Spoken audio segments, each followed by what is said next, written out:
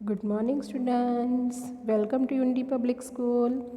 मैं हूँ आपकी संस्कृत टीचर सोलंकी वैशाली। कल हम लोगों ने स्टैंडर्ड 6 में चैप्टर नंबर 9 सुक्तया एपिग्राम्स में 4 सुक्तियाँ देखी थी। आज हम लोग बाकी की जो 4 सुक्ति है वो देखेंगे। तो कल हम लोगों ने लास्ट में कौन सी सुक्ति देखी थी? यस, मातृ देवो भव। तो अभी हम लोग नंबर 5 वो सुक्ति देखते हैं। सत्यमेव जयते। सत्यमेव उसकी संधि होती है सत्यम प्लस एव, ओनली ट्रू। जयते यानी कि ट्रिम्स, विन्स, गेन्स विक्टोरी। उसका ट्रांसलेशन देखते हैं हम लोग। Only truth TRIMS. तो यहाँ पे हमें इस सुक्ति के अंदर जो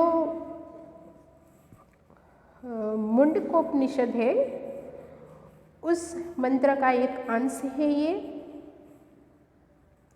जिसके अंदर हम लोगों को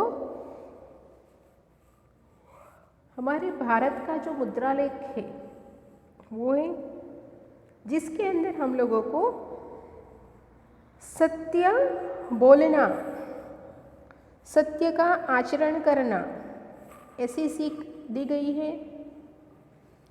व्यवहार में हम लोगों को भौतिक लाभ, कुछ फायदा,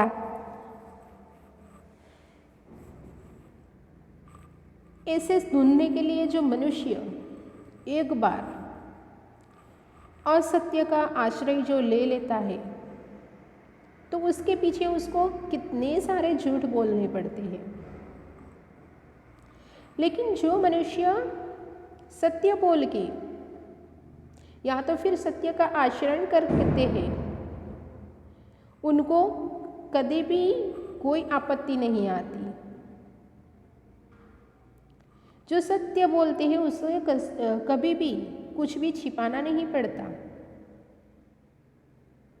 इसीलिए उसकी शक्ति है वो भी व्यर्थ नहीं जाती, यानी कि एनर्जी वेस्ट नहीं होती उसकी, और आखिर में उसका ही विजय होता है।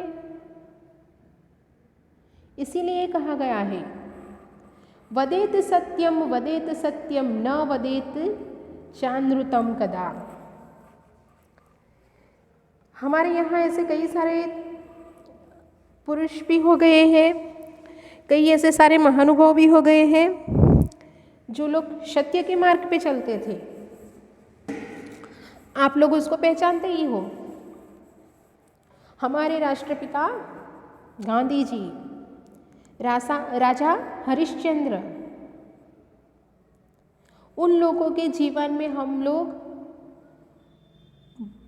पूरा उनका जीवन के बारे में जो जानेंगे, उनके भूतकाल के बारे में जानेंगे तो हम लोग उसके अंदर साक्षी पुरुष सकते हैं, क्योंकि हम लोगों ने उनके किस्से जाने हैं, देखे हैं, सुने हैं। क्योंकि वो लोग सत्य के मार्ग पे चले और हमेशा उन लोगों का विजय ही हुआ है। और जो सत्य बोलता है, जो सत्य वक्ता होता है, उसका हृदय भी शुद्ध होता है और उनका आत्मबल भी मजबूत होता है। उनका सेल्फ कॉन्फिडेंस, आत्मबल मीन्स वो भी मजबूत होता है। सत्य वही परमेश्वर है, सत्य ही सदाचार है, सत्य वो धर्म का जीवन है, सत्य वो देव का दूसरा रूप है। सब कुछ सत्य में ही रहा है। एक श्लोक दिया गया है इसके लिए, सत्यम पर सदाचार सत्यम धर्मस्य जीवनम सत्यम देवस्य रूपम च सर्वप्रत्ये प्रतिष्ठितम। मैंने अभी आपको बताया कि सत्य में ही सदाचार है, सत्य ही धर्म का जीवन है, सत्य में ही देव का रूप है, सर्वत्र हर जगह पे सत्य ही है। इसी तरह व्यक्ति को हमेशा सदा सत्य का आश्रय लेना चाहिए। सत्यमेव जयते। तो यहाँ पे हम लोगों ने देखा कि कैसे हम लोग सत्य का बोलकर कैसे हम लोग आगे बढ़ सकते हैं, कभी भी हमारी एनर्जी वेस्ट नहीं होती है। हम लोग उसका देखेंगे तो एक्सप्लेनेशन कि the person travelling the road of truth has to face many hardships but eventually victory is his. Many climates had befallen King Harishchandra, it worshipper of truth, but he had overcome all of them quite successfully. So King Harishchandra's name has become immortal. 6 number है हमारा अहिंसा परमो धर्मः। Ahimsa means not to hurt anyone thoughts words of deeds. परमः greatest, उसका translation देखेंगे non violence is the greatest religions. तो हम लोग अब देखते हैं कि इस पंक्ति में हमें क्या कहा गया है, यानी कि अहिंसा ही सर्वश्रेष्ठ धर्म है। मनुष्य के जीवन में धर्म ही अहिंसा है।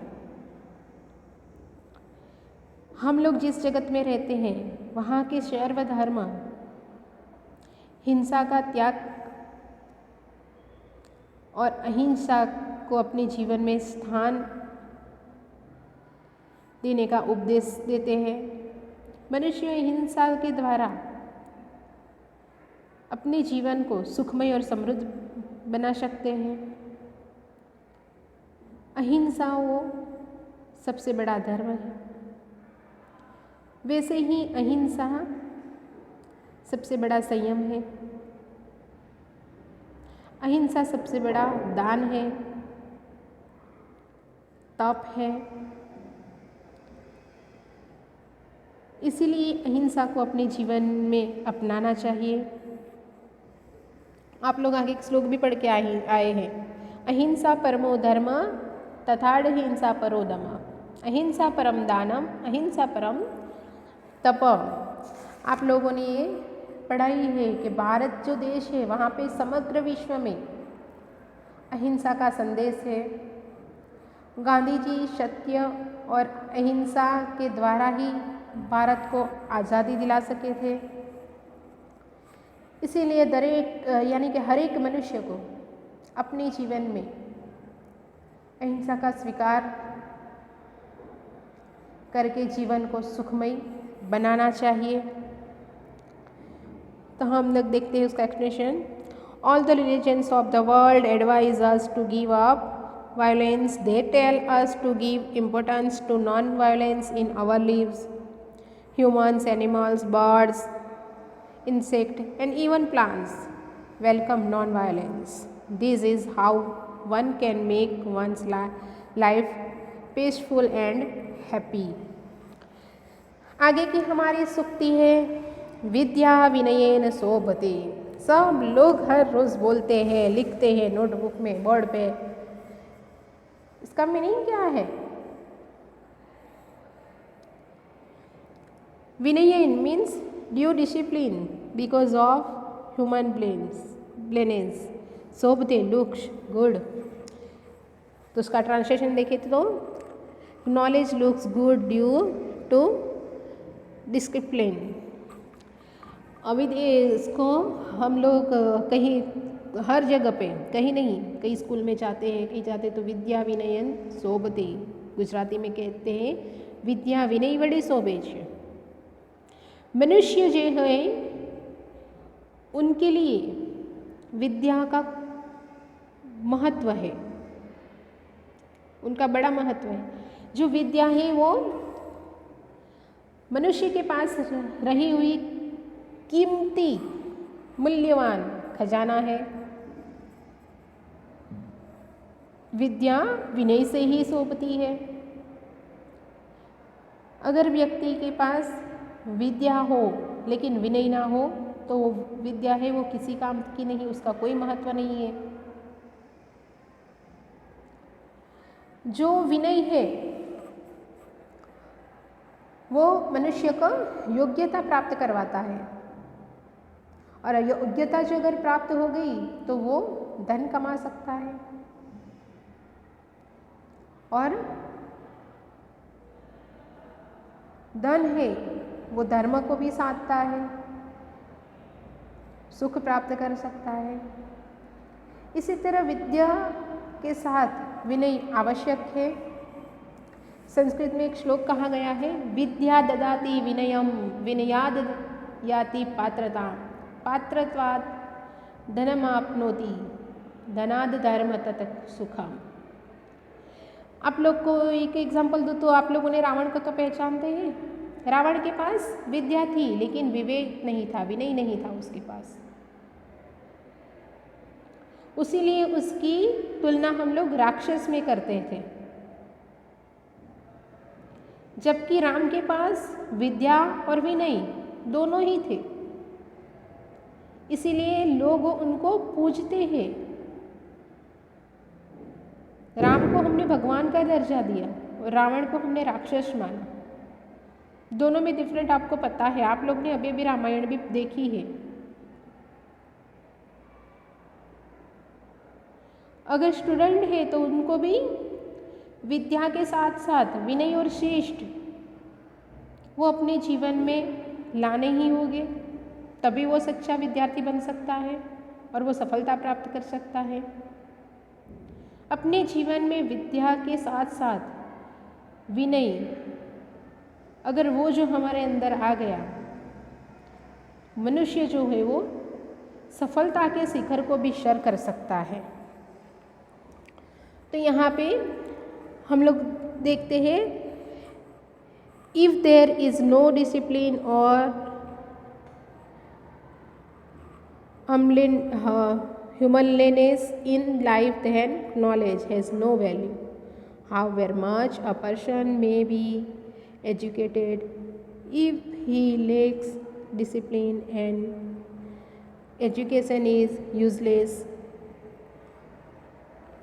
Discipline is necessary for a good quality life. और लास्ट हमारी जो सूक्ति है वो एक महान कवि ने कही गई है, आप लोग भी उसको पहचानते हैं। उत्सव प्रिया खलु जना। उत्सव प्रिया means lovers of festival,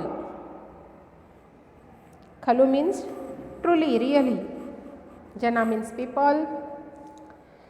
people are truly lovers of festival. हम भी फेस्टिवल को बहुत ही पसंद करते हैं, है ना। तो यहाँ पे हम लोगों को जो मनुष्य होते हैं वो सचमुच उत्सव प्रिय है। तो जो ये सूक्ति है हमें उस संस्कृत साहित्य के मूर्धन्य कवि कालिदास का एक सुप्रसिद्ध वाक्य है। हर एक मनुष्य को उत्सव प्रिय ही होते हैं। जो उत्सव होते हैं वो मनुष्य जीवन में विविधता लाते हैं। मनुष्यों के जीवन में नए नए रंगों को पूरते हैं वो लोग। मनुष्य जो है वो उत्सवों से आनंद, उत्साह, शक्ति, स्फूर्ति जगा सकते हैं। और ये जो सारे उत्सव होते हैं वही व्यक्ति के अंदर क्या छुपा है, उसकी क्या क्या उसके अंदर क्वालिटीज़ है, उससे वो परिचय करा सकते हैं। कंटिन्यू और यंत्रवत जीवन से जो लोग कंटाल गए हैं उन लोगों के लिए उत्सव एक नई ताजगी देता है। मनुष्य ने उत्सवों को धर्म के साथ जोड़ना, समभाव जोड़ना, हर एक जाति धर्म के लोगों को एक साथ जुड़े रहने की सीख भी देता है। जो उत्सव होते हैं मनुष्य की संस्कृति, सभ्यता और सामाजिकता के भी पाठ सिखाते हैं हमें। उत्सव जो होते हैं वो हमारी सांस्कृतिक परंपरा होते हैं, उसके रक्षक हैं और वो हम लोगों को परंपरा से यानी कि वारसा की धरोहर है। जो धार्मिक उत्सव होते हैं वो हमें धर्म का ज्ञान देते हैं, सामाजिक उत्सव होते हैं वो सामाजिक भाव जगाते हैं, राष्ट्रीय उत्सव होते हैं जो हमें देश प्रेम, राष्ट्र भावना उसका ज्ञान करवाते हैं। हर एक प्रकार के जो उत्सव होते हैं धार्मिक, सामाजिक, उन सब का वैज्ञानिक दृष्टि से खूब महत्व है। ऐसे ही जीवन के रंगमंच पर उत्साही बनने के लिए मनुष्य को विविध उत्सवों को प्रेम पूर्वक सेलिब्रेट करना चाहिए। हम लोग भी करते हैं और आप लोगों को भी पता है कि हम लोग सारे त्यौहार जो होते हैं वो साथ मिलके मनाते हैं। ऐसा नहीं है कि ये त्यौहार हमारा नहीं है, ये हमारा नहीं है। सर्वधर्म समभाव वो भावना हम लोग रखते हैं। इसीलिए कालिदास ने ये प्रसिद्ध वाक्य कहा है कि उत्सव प्रिया खलु जनाः, लेकिन सचमुच मनुष्य उत्सव प्रिय है। तो यहाँ पे हमारी 8 सूक्तियाँ ख़त्म होती है। आज कल हम लोगों ने 4 देखी थी, आज देखी। जैसा आपने 4 को लिखा वैसे ही इसको भी लिखना है और आप लोगों को इसके अकॉर्डिंग जो वर्कशीट दी जाएंगी उसको फॉलो करना है। Thank you.